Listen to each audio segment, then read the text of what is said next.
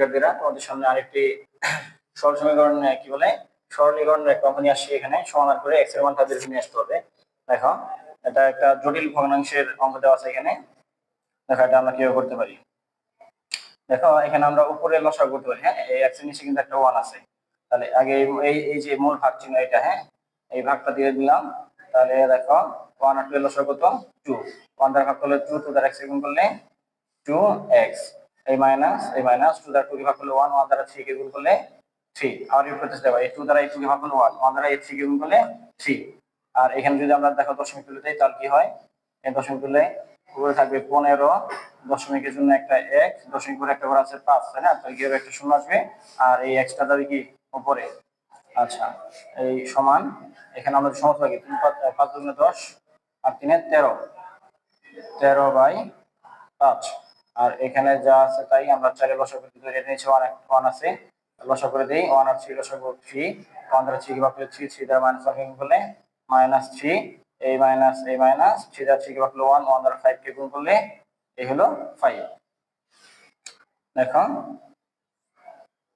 এখানে কাটাকাটি যায়, 5 দিয়ে যদি কেটে দাও তাহলে 2, 5 দিয়ে কাটলে কত হয়? 3। আচ্ছা, উপরে আছে কি 2x - 3/2, আর এখানে আছে 1 - 3x/2, এখানে 3x।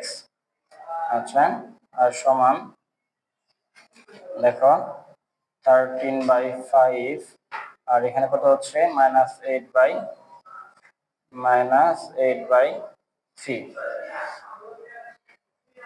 বা এখানে নিচে লসাগু করে দিই। দেখো এটা 1 এর নিচে 1 আছে, তাহলে কি হবে? উপরে যা আছে তাই লিখে রাখি, 2x - 3/2। ঠিক আছে, তাহলে 1 আর 1 এর লসাগু 2, 1 দ্বারা 2 ভাগ করলে 2, 2 দ্বারা 1 কে গুণ করলে এই 2, পরে এই মাইনাস 2 দ্বারা 2 কে ভাগ করলে 1, 1 দ্বারা 3x কে গুণ করলে এই হলো 3x ইকুয়াল। আচ্ছা, যেটা মূল ভাগ ছিল ওটা একটু বড় করে দিবা। তাহলে এখানে আছে 13/5 উপরে, আর নিচে আছে কি -8/3। এখন আমরা এদিকে দেখো, আমরা এখন এই যে একটা জটিল ভগ্নাংশ পেলাম উপরে। এই এটা তো মূল ভাগ ছিল, তাই না? এটা একটা ভগ্নাংশ, এটা লব, এটা হর। এই লব হরের মধ্যেও কি দেখা যায়? আবার লব হর আছে, এই হরের মধ্যে আবার লব হর আছে, এখানেও সেম, তাই না? তাহলে এই ধরনের ভাগ ক্যালকুলেশন করার জন্য কি করবো? এই যে আমার এটা মূল ভাগ ছিল, এটাকে আমি ভাগে থেকে কনভার্ট করে গুণে নিয়ে আসবো। যদি গুণে নিয়ে আসি তাহলে কি করতে হবে? মনে রাখবা, এই ভাগকে যখন আমি গুণ চিহ্ন দিব তখন এই নিচেরটা উল্টে যাবে, হর যাবে লবের জায়গায়, লব আসবে হরের জায়গায়। তাহলে উপরেটা ঠিক থাকবে, উপরের প্রথম ঠিক রাখতে হবে, 2x - 3/2। আমার ইউনিট করেছে উপরে ঠিক রাখলাম। দেখো যা আছে তাই। এই যে ভাগ, এই ভাগকে আমি কি দিলাম? গুণ দিলাম। এই যে ভাগ চিহ্নটা, এটাকে গুণ চিহ্ন দিলাম, তাহলে এটা চেঞ্জ হয়ে যাবে। এটা চেঞ্জ হয় মানে কি, উপরে 2 যাবে উপরে, আর 2 - 3x এটা আসবে নিচে। সমান সেম ভাবে এটাও, এই যে 13/5 এটা ঠিক থাকবে, গুণ এই যে -8/3 এটা চেঞ্জ হয়ে নিচে আসবে, -3 যাবে উপরে, -8 আসবে নিচে। আশা করি বুঝতে পেরেছো। এবার দেখো এই 2 2 কাটা, এখানে তো কাটা যায় না, তাই না?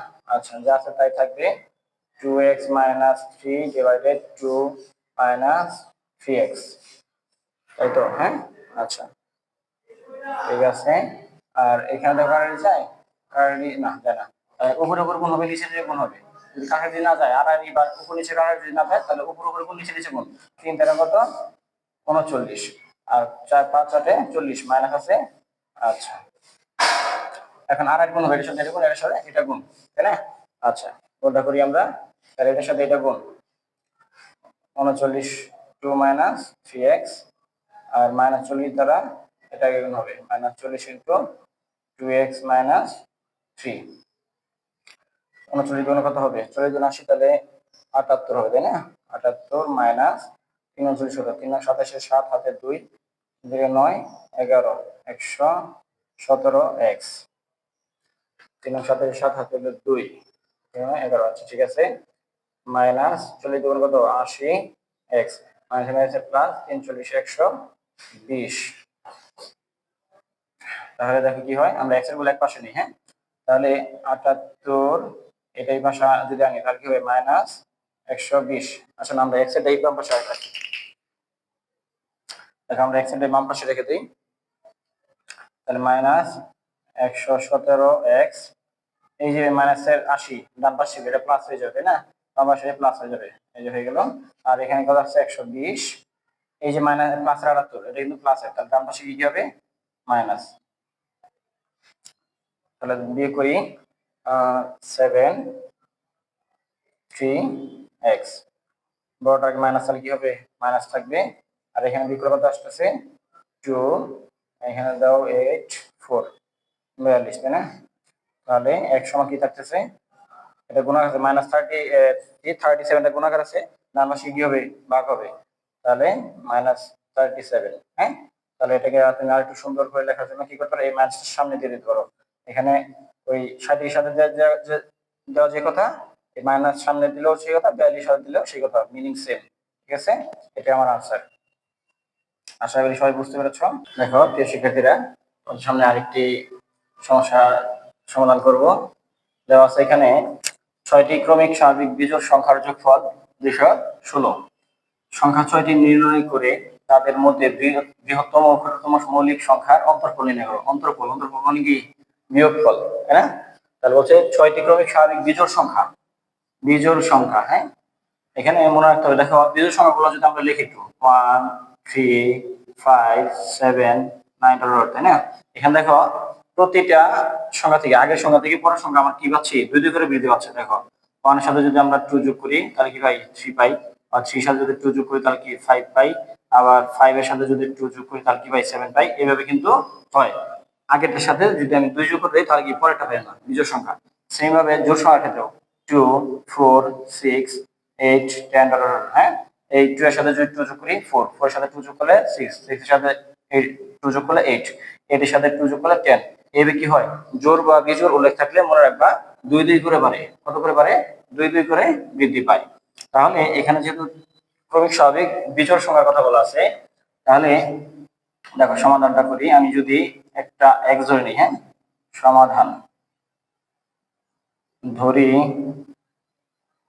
প্রথম ক্রমিক স্বাভাবিক বিজোড় সংখ্যা কত বলো x। তাহলে প্রথমটা যদি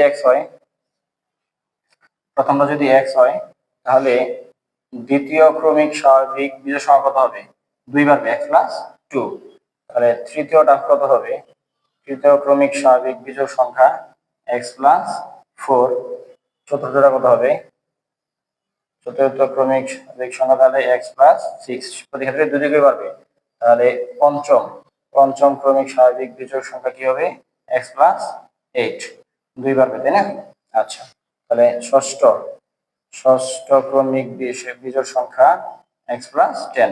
আচ্ছা, এই যে আমরা 6টা সংখ্যা পাইলাম। হ্যাঁ, এই 6টা সংখ্যার যোগফল কত, 216। তাহলে প্রশ্ন মতে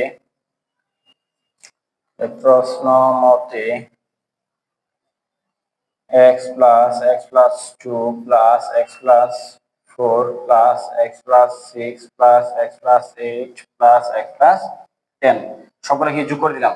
তাহলে তুমি আলাদা আলাদা করে ব্রেকেট দিতে পারো। হ্যাঁ, এটা আলাদা করো, তবে এগুলো এক লাইন বেশি হবে যেহেতু প্লাস আছে। হ্যাঁ, প্লাস থাকলে তো চিহ্ন কোনো পরিবর্তন হয় না, তাহলে আমি ডাইরেক্ট এক লাইনে করতে পারি। বিয়োগ থাকলে চিহ্ন পরিবর্তন হয়, সেক্ষেত্রে তুমি ব্রেকেট দিলে সুবিধা হবে।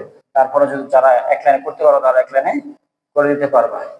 দেখো তাহলে আমরা এক্স এর গুলা কাউন্ট করি, 1 2 3 4 5 6, তাহলে 6টা এক্স আছে, 6x সংখ্যা যাবো 2 4 6 6 12 12 20 20 10 30, হলো 30 ইকুয়াল 216 বা 6x।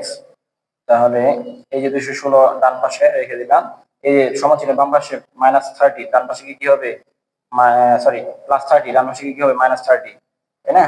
তাহলে 6c ইকুয়াল, বিয়োগ করো 6, এখানে 11 যে 3 তাহলে 8, এখানে 1 আসবে, কত হবে 1, তাহলে 186 বা x এর সাথে 6টা গুণাকার আছে, এখানে ডান পাশে কি হবে ভাগ হবে, তাই না? তাহলে দেখো বা 1 সমান ভাগ করো, সাথে ভাগ করলে কত হবে 3 1 31। কি বলছে দেখো, বৃহত্তম ক্ষুদ্রতম মৌলিক সংখ্যার অন্তরফল নির্ণয় করো। তাহলে দেখো এখানে 31 কিন্তু একটা মৌলিক সংখ্যা। তাহলে আমি এক্স এর মান পাইলাম, এক্স এর মান কি মান পাইলাম মানে কি প্রথম বিজোড় সংখ্যা পেয়ে গেলাম। হ্যাঁ, আচ্ছা, তাহলে আমার চাইছে হইলো বৃহত্তম আর ক্ষুদ্রতম, মাঝের কিন্তু এই চারটা না বের করলেও চলবে, যদি বের করে দাও সমস্যা নাই, তবে না করলেও চলবে। আমার যেহেতু এই এক্সটা তো সবচেয়ে ছোট হবে তাই না, এক্স এর প্রতি ধীরে ধীরে বৃদ্ধি পাইছে, তাহলে এক্সটা হবে সবচেয়ে ছোট আর এক্স প্লাস 10 হবে সবচেয়ে কি বড়। তাহলে এক্স এর মান পেয়ে গেছি আমি, তাহলে এটা ছোটটা পেয়ে গেছি, তাহলে আমি যদি বড়টা বের করি তাহলে কি এক্স এর মান এখানে বসা দিলেই বের হয়ে আসবে। তাহলে সুতরাং সুতরাং ক্ষুদ্রতম ক্ষুদ্রতম মৌলিক সংখ্যা কত পেলাম, এক্স এর মানটা মানে কি 31। হ্যাঁ, এটা কিন্তু প্রথম ক্রমিক স্বাভাবিক বিজোড় সংখ্যা ছিল, কিন্তু যেহেতু এখানে ক্ষুদ্রতম বলছে এই জন্য আমরা ক্ষুদ্রতম লিখলাম এইটা মিলানোর জন্য। হ্যাঁ, তুমি চাইলে এইভাবে লিখে নিতে পারো, পরে আবার একটু বড় হবে যদি লিখে দাও সবগুলা। আচ্ছা, তাহলে বৃহত্তম বৃহত্তম মৌলিক সংখ্যা। হ্যাঁ, তাহলে এটা যদি এটা যেহেতু আমার বৃহত্তম মৌলিক সংখ্যা বলছে তাই না, তাহলে আমার অবশ্যই এক্স এর মানটা যদি বসে দিই মৌলিক সংখ্যা আসার কথা, দেখে আসে কিনা। তাহলে এখানে ছিল কত, এক্স প্লাস 10, তাহলে এক্স এর মান কত 31 প্লাস 10 ইকুয়াল 41। ওকে, তাহলে 41 41 কি 41 কিন্তু একটা মৌলিক সংখ্যা, তাহলে ক্ষুদ্রতম মৌলিক সংখ্যা হইলাম, বৃহত্তম মৌলিক সংখ্যা হইলাম তাই না। সুতরাং বিয়োগফল, অন্তরফল চাইছে। হ্যাঁ, অন্তরফল মানে বিয়োগফল, সুতরাং অন্তরফল। এই লাইনটা একটু লিখে দিলে ভালো হয়। সুতরাং বৃহত্তম ও ক্ষুদ্রতম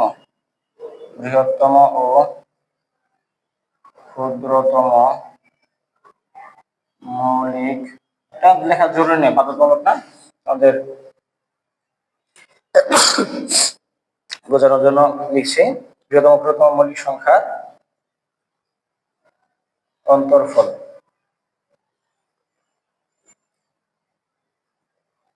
তাহলে 41 মাইনাস 31 কত হচ্ছে 10।